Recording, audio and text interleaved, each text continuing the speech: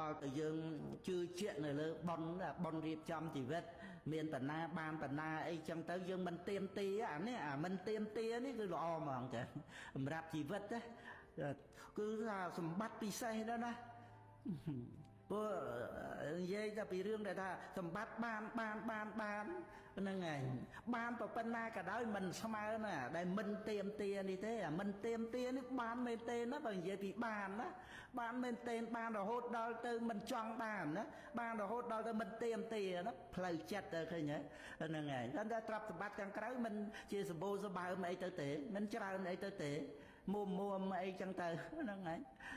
ដាក់ថ្ងៃសិលអីជើញមកវត្តដាំបាយគេនិខំអីទៅមិនអ្នកធូរទេហ្នឹងឯងបោះឃើញល្អឃើញប៉និតអីហ្នឹងមិនហ៊ានប្រសាខ្លួនឯងផងក៏តែមានដែរហ្នឹងឯងតែផ្លូវចិត្តហ្នឹងណាគេថាសម្បើមណាផ្លូវចិត្តហ្នឹងគ្រប់គ្រាន់ហ្មងណាហ្នឹងឯង